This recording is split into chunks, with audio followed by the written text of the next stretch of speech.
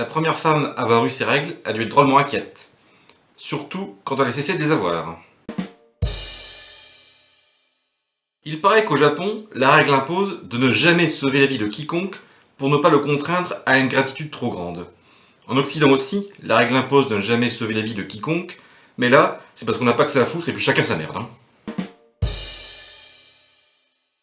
Les gens qui passent leur vie à avoir peur de la mort, j'espère au moins qu'ils ne passent pas leur mort à avoir peur de la vie.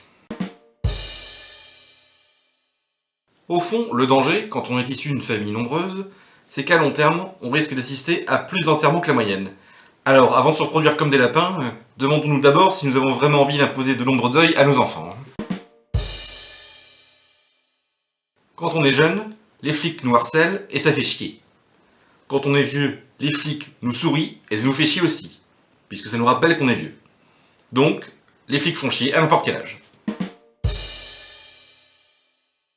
J'ai connu un type qui disait tellement de conneries que tous les gens qui l'écoutaient avaient l'impression de régresser. On a fini par dire de lui qu'il avait une bouche d'arriération. J'ai un canapé qu'on peut déplier pour faire un lit. Mais pour le moment, il est comme le cul d'une pucelle, il n'a servi qu'à s'asseoir.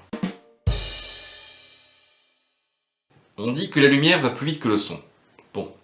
Alors, comment se fait-il, quand j'allume une ampoule basse consommation, que j'entends d'abord le clic et ensuite seulement j'ai de la lumière? Le pessimiste dit que se priver d'embrasser ses amis pour éviter la contagion est le prix de la santé. L'optimiste dit qu'attraper une maladie en embrassant ceux qu'on aime est le prix de l'amitié. Ou alors c'est l'inverse, je sais plus. Vaut-il mieux se faire gruger à un travail passionnant ou se faire engraisser à un travail emmerdant? À vrai dire, malheureusement, la question ne se pose pas, car l'immense majorité se fait gruger à un travail emmerdant. Quand mon frère était petit, dès qu'on passait à bord de la voiture de nos parents devant la prison, il disait « Bonne nuit les méchants !» En revanche, quand on passait devant la gendarmerie, ça ne lui venait pas à l'idée de dire « Bonne nuit les gentils ». Je me pose depuis toujours cette angoissante question. Quand les femelles de leur troupeau ont leurs règles, comment font les éleveurs de bœufs, de chevaux ou de moutons pour qu'elles ne répandent pas du sang partout? Le kilt, ça permet de faire comme les poulets, faire ses besoins en marchant. Il paraît que physiquement, j'évoque davantage Michael Moore que Ryan Gosling. Ça tombe bien, je préfère de loin le premier au second. Il paraît qu'intellectuellement, j'évoque davantage François Morel que Michel Onfray. Ça tombe bien aussi, parce que, là encore, je préfère de loin le premier au second.